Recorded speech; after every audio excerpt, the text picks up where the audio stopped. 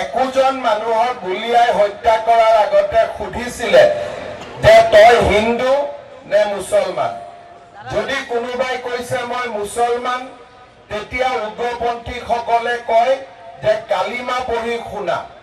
যদি শুনাব পাৰিছে বাচি গৈছে, আৰু যদি শুনাব পৰা নাই তেতিয়াহ'লে সেই আমাৰ লোকসকলক নিৰ্দয়ভাৱে গুলিয়াই হত্যা কৰা হৈছে। এই গুলিকাণ্ডত আমাৰ অৰুণাচল প্ৰদেশৰো যুৱক এজনৰ মৃত্যু হৈছে।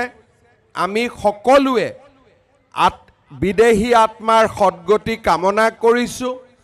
প্ৰধানমন্ত্ৰী নৰেন্দ্ৰ মোদীক ভগৱানে শক্তি দিয়ক, যাতে পাকিস্তানৰ এই বৰ্বৰতাৰ প্ৰতিশোধ আমি ল'ব পাৰোঁ, আৰু আমি সকলোৱে মিলি ভাৰত মাতাৰ জয়গান আৰু ভাৰত মাতাৰ এই সুপুত্ৰসকলক যোনে হত্যা কৰিলে তেওঁলোক যাতে নিপাত।